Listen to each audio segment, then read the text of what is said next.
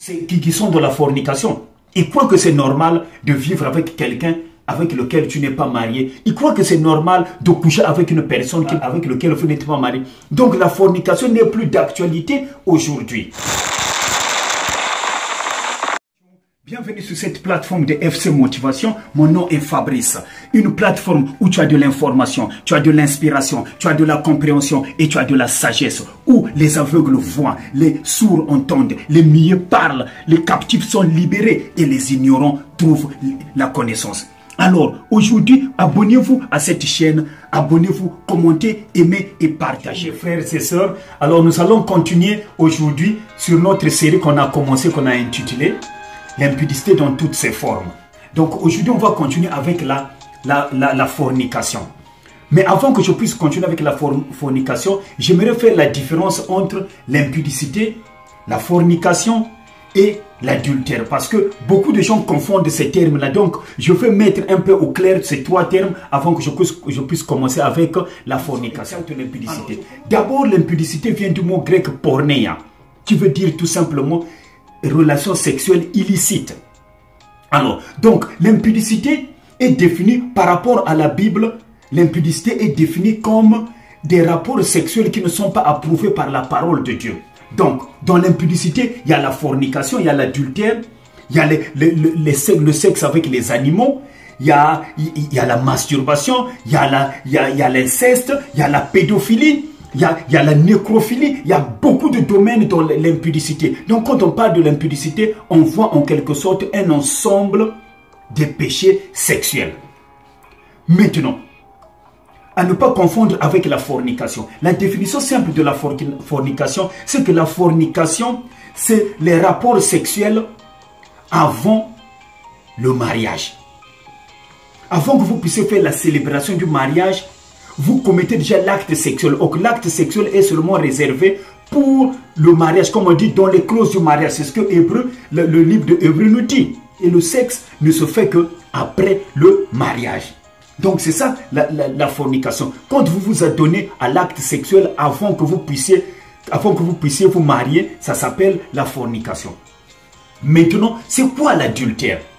L'adultère, c'est quand une personne est déjà dans les relations amoureuse, par exemple, qui est déjà plutôt dans le mariage, et maintenant il va entretenir ce qu'on appelle des relations extra-conjugales. C'est-à-dire il devient infidèle à sa ou son partenaire. Alors il commet l'acte sexuel hors de son mariage. Et ça, c'est ce qu'on appelle l'adultère.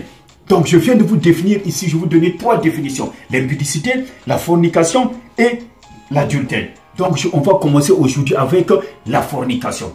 J'aimerais vous dire qu'il y a plus d'une soixantaine de versets dans la Bible qui parlent de l'impudicité, de la fornication, de l'adultère. Donc, en quelque sorte, qui parlent des péchés sexuels. Il y en a plus de... Quand j'étais en train de compter, j'ai trouvé au moins 60 à 67 comme ça, versets. Concernant les péchés sexuels, il y en a beaucoup. Mais aujourd'hui, concernant la fornication, on ne va pas tous les citer. Mais on va s'attarder sur 10 versets principaux qui vont nous permettre d'aller de loin, qui vont nous permettre de comprendre la fornication et qui vont nous aider à fuir la fornication, c'est-à-dire à éradiquer la fornication, à ne plus être assujettis dans la fornication, parce qu'il y a beaucoup de gens aujourd'hui qui sont assujettis dans la fornication. Ils croient que c'est normal de vivre avec quelqu'un avec lequel tu n'es pas marié. Ils croient que c'est normal de coucher avec une personne avec laquelle vous n'êtes pas marié. Donc la fornication n'est plus d'actualité aujourd'hui. Voilà pourquoi on a envie d'en parler afin d'aviser les gens. L'essentiel que on vous définit de quoi il s'agit. Comment éradiquer facilement la fornication. Donc, 10 versets vont nous conduire dans ce voyage. Merci, restez avec moi jusqu'à la fin. Et abonnez-vous, aimez, commentez et surtout partagez. Si toi, ça ne t'est pas enrichi, ça peut enrichir une autre personne. Donc, partage. 1 Corinthiens 6, versets 18 à 20. Fuyez l'impudicité, quelque autre péché qu'un homme commette, ce péché est hors du corps. Mais celui qui se livre à l'impudicité pêche contre son propre corps. Ne savez-vous pas que votre corps est le temple du Saint-Esprit qui est en vous, que vous avez reçu de Dieu et que vous ne vous appartenez point à vous-même, car vous avez été rachetés à un grand prix. Glorifiez donc Dieu dans votre corps et dans votre esprit qui appartiennent à Dieu. Matthieu, chapitre 5, versets 27 à 28. Vous avez appris qu'il a été dit, tu ne commettras point d'adultère. Mais moi, je vous dis que quiconque regarde une femme pour la convoiter a déjà commis un adultère avec elle dans son cœur. Hébreux 13, verset 4.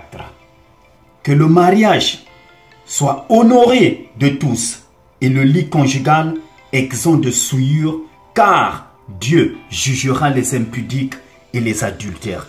1 Corinthiens chapitre 7, verset 2. Toutefois, pour éviter l'impudicité, que chacun ait sa femme et que chaque femme ait son mari. 1 Corinthiens 6, de 9 à 11. Ne savez-vous pas que les injustes n'hériteront pas le royaume de Dieu? Ne vous y trompez pas, ni les impudiques, ni les idolâtres, ni les adultères, ni les efféminés, ni les infâmes, ni les voleurs, ni les cupides, ni les ivrognes, ni les outrageux, ni les ravisseurs n'hériteront le royaume de Dieu.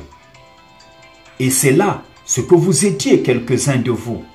Mais vous avez été lavés, mais vous avez été sanctifiés, mais vous avez été justifiés au nom du Seigneur Jésus-Christ et par l'Esprit de notre Dieu.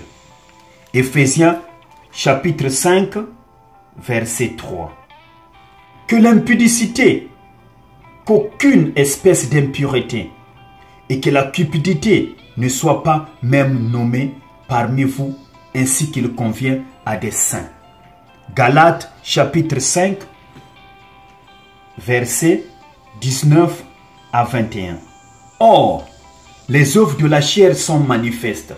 Ce sont l'impudicité, l'impureté, la dissolution, l'idolâtrie, la magie, les inimitiés, les querelles, les jalousies, les animosités, les disputes, les divisions, les sectes, l'envie, l'ivrognerie, les excès de table et les choses semblables. Je vous dis d'avance, comme je l'ai déjà dit, que ceux qui commettent de telles choses n'hériteront point le royaume de Dieu. 2 Corinthiens chapitre 12, verset 21. Je crains qu'à mon arrivée, mon Dieu ne m'humilie de nouveau à votre sujet, et que je n'ai à pleurer sur plusieurs de ceux qui ont péché précédemment et qui ne se sont pas repentis de l'impureté, de l'impudicité et des dissolutions auxquelles ils se sont livrés. Colossiens chapitre 3, versets 5 à 7.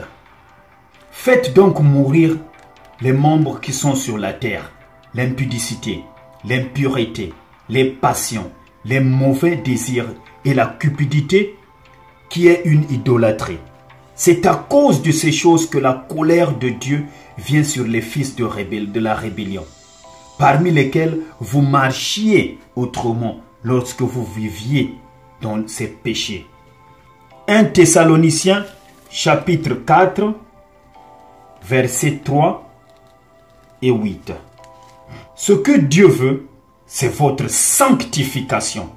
C'est que vous vous absteniez de l'impudicité.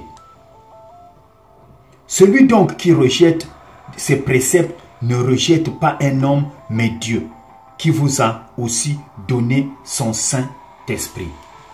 Amen. Ces 10 versets vous aideront à sortir de la fornication.